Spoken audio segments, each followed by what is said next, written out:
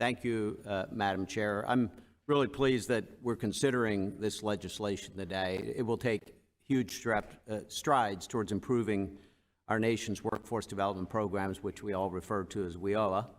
And this is critically important at a time when industries are crying out for more workers.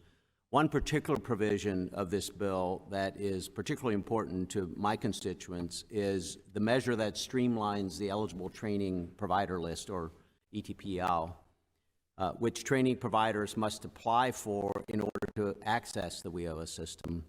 I've heard from businesses in my district that have told me that the process of applying to the ETPL is particularly burdensome and time-consuming, and in the end, they often simply don't have the bandwidth to apply and end up declining to participate in WIOA altogether. So this is an important provision, I think, that will reduce the red tape. It will simplify those procedures, which will in turn ensure that high-quality programs will be able to access the ETPL and use WIOA dollars for their programs that do meet strong employment outcomes.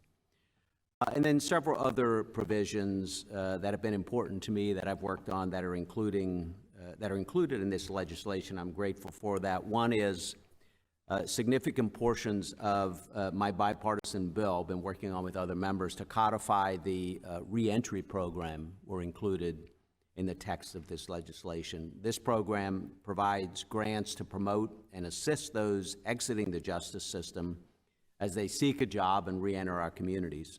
The bill we're considering today would implement rigorous performance metrics on eligible workforce development programs, including faith-based organizations, local workforce development boards, and others, to ensure the individuals they assist are obtaining stable employment and incentivized not to reoffend.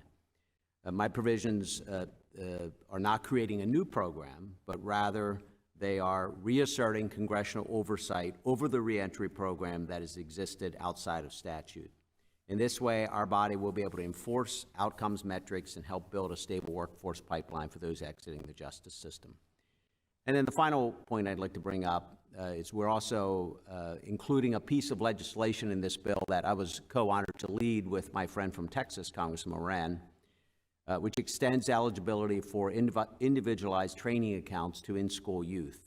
More and more young people today are realizing that there are education options besides a traditional four-year university, and they want to enter the workforce on a different and faster timeline in many cases.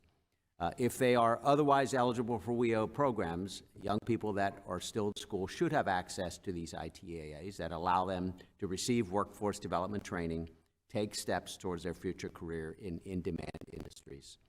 So to conclude, a Stronger Workforce for America Act, which we're considering today, includes meaningful reforms that will make the WIOA system more impactful, will develop a new generation of workers who can meet the needs of our communities. So I'm really proud to be a co-sponsor of this bill today and urge all of my colleagues to vote yes. Thank you, Madam Chairman, and I yield back the balance of my time.